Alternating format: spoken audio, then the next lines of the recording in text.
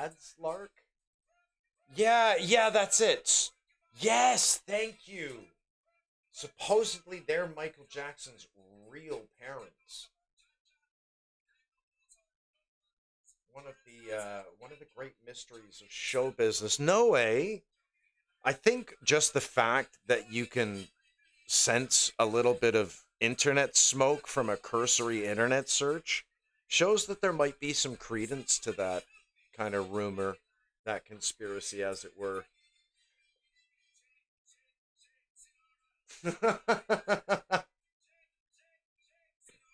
Man, I'm sorry.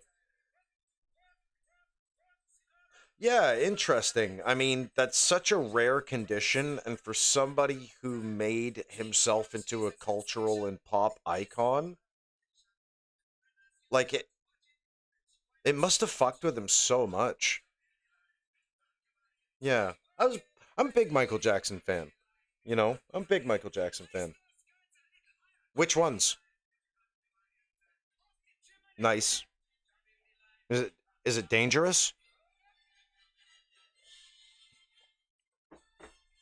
Nice. My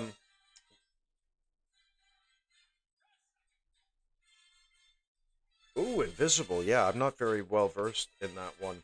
Um what was I going to say? When I was like 4 years old, it's Christmas, and I'd snuck downstairs to take a quick peek at some of my presents. And one of my presents was a Michael Jackson single for Smooth Criminal. And I unpacked it and I put it on my father's record player, right? Vinyl. And I put my dad's headphones on and I started to listen to it. And it started to blare in the headphones. Little did I know that the amplifier was also set to pipe the sound through the speakers. So at like 3:30 a.m. in the morning, my dad and mom come down and I am fucking leaning and moonwalking. Not really, but you get the idea. And they're like, "Son, have you been opening your Christmas presents a little early?" And I'm like, "Sorry, Dad." So yeah, I was a Michael Jackson fan for sure, for sure.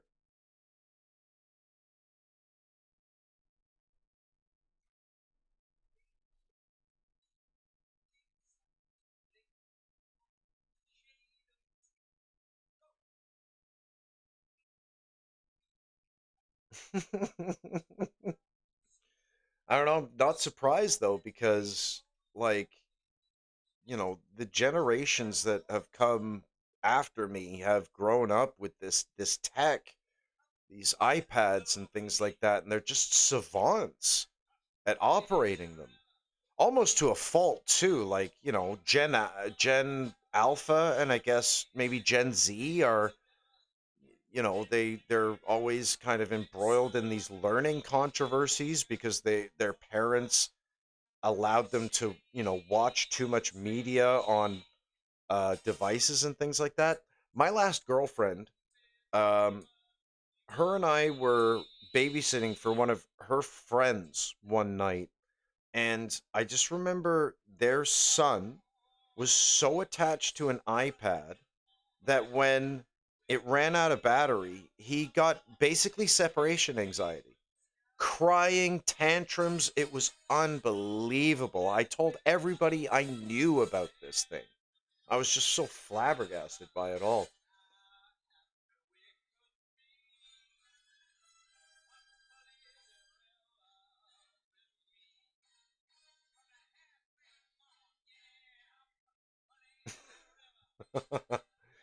Yeah, I was that guy too. I still am that guy with my mother. I can't. My mother's a smart woman, teacher, but you can't teach her a fucking thing about technology. Not a, not a fucking. What is it? What is it? I don't get it. Like my mom will kill Trivial Pursuit. She should have been on Wheel of Fortune and Jeopardy a dozen times over. But when it comes to starting an air fryer,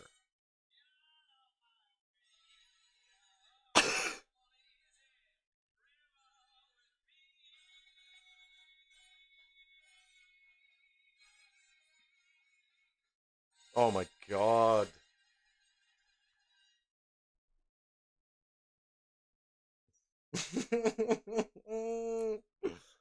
Oh man. Did you guys ever hear of a Marvel game called Marvel Heroes Omega? It was like a Diablo like ARPG but with Marvel characters. No way. S- So I think in the middle of the 2010s, like around 2016, this game was at the height of its popularity, but its developer got sold and I think the rights got transferred at the same time. So this game just died. But recently, a small team of modders have brought this game back from the dead. And that's what Tice is actually talking about in chat right now by getting to level 60 in the game. And then this game is going to give you a lot of gifts for when this new resurrected version of it resurfaces for its 1.0 release, perfectly free. All you need to do is sign up to this group's like the server's called Tahiti, and it was always known as Project Tahiti. But if you've ever wanted to try a Marvel game in the style of Diablo, oh, this game's got so much fucking content and a good challenge to it too, especially when you hit the end game.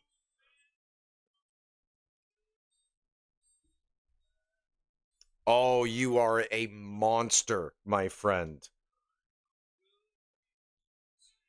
That's crazy.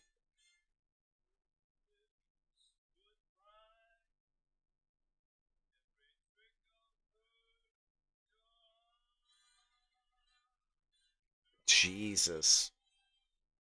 Yeah, I've seen like we've all seen the like the hardcore characters getting killed compilations on, TikTok and YouTube. Has it cost you any money then? Okay, good.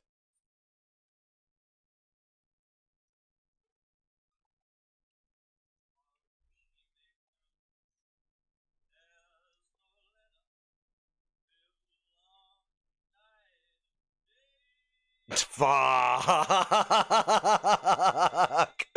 Oh, that's outstanding.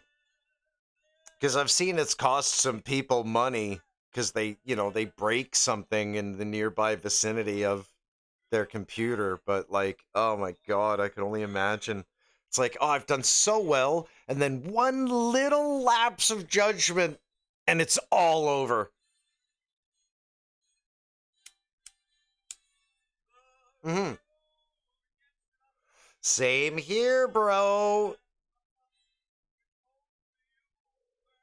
Same here, bro. I've broken a few controllers in my lifetime, punched holes in walls, kicked holes in doors, but I think I can say that it's been at least 6, 7, 8, 9 years, somewhere in there, since I've done any damage to something over a game. But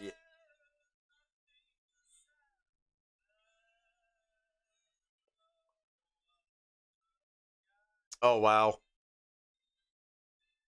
oh fuck.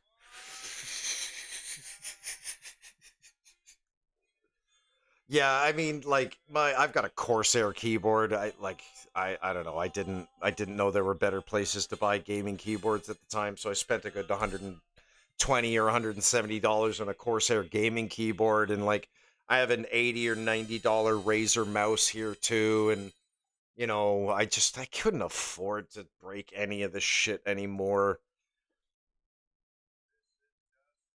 Lowdown says, but have you ever put your fist through a CRT TV over GAO Judgment, Gears of War Judgment?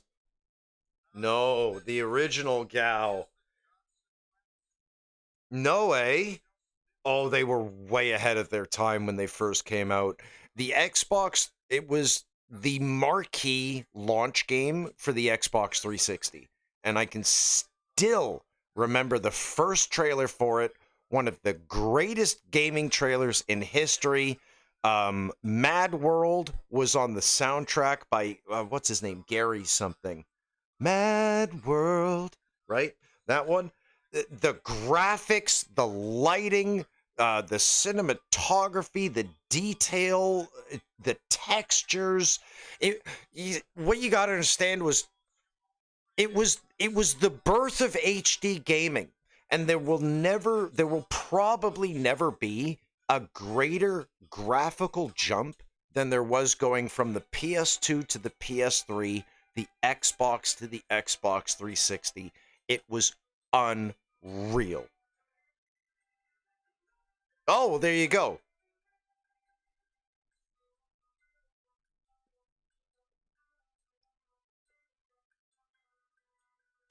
Which one?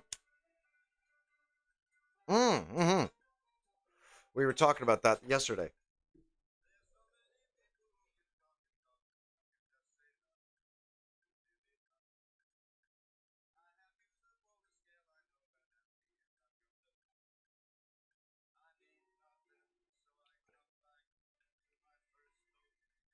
No, they don't. With Gears of War, it had a multiplayer mode too, and it's actually where I met Tice. We met playing Gears of War, and we all became. Oh my god, that shit was so. Gears 1 was a very glitchy, very exploitable, and subsequently very frustrating game. But when people weren't being abject fucking cunts, there were few multiplayer experiences like it. I mean, you could chainsaw people in half, you could blow them into smithereens with a shotgun. It had, maybe still to this day, the best headshot sniper rifle sound ever made. It was so crunchy, and the game was so brutal with executions, curb stomps, full mounted punch executions. Um, but like we played it for so long, and like with Andy there, when he said like, have you ever put your fist through a CRT TV because of Gears of War Judgment? Gears of War Judgment was like this offshoot game from the mainline series. It was still the same gameplay, but they had made all these fundamental shifts to how the game played that it really frustrated long-term Gears of War players. And that game kind of fell by the wayside. I don't even know if it had a cult following established to it. Zypher says Dark Cloud, though. Yes.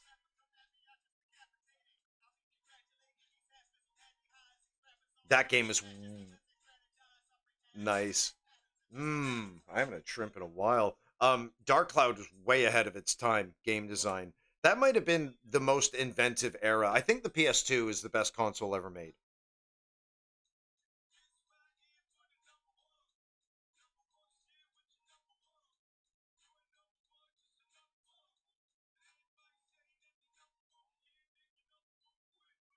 I mean, we're just getting back. Well, we've been back in this era of ultimate video game creativity ever since the indie game boom of like the last 15 years or so. I know one of my favorite games came out, I can't believe I'm about to say this, 14 years ago. A little game called FTL, or Faster Than Light. It was a game of the year. Oh, it was brilliant game. Brilliant, brilliant game. One of the first roguelikes, spacefaring, 2D, top down, uh, real time with pause, phenomenally difficult, frustrating, but so, so, so good.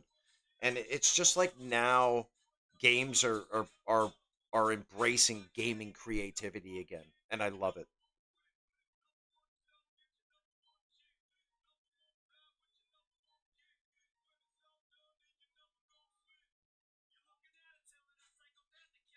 They deserve a remake, or they deserve like a spiritual successor. I think one of the problems with gaming nowadays that has kind of always been a problem is trend chasing. Like, how many fucking Survivor games are out there now?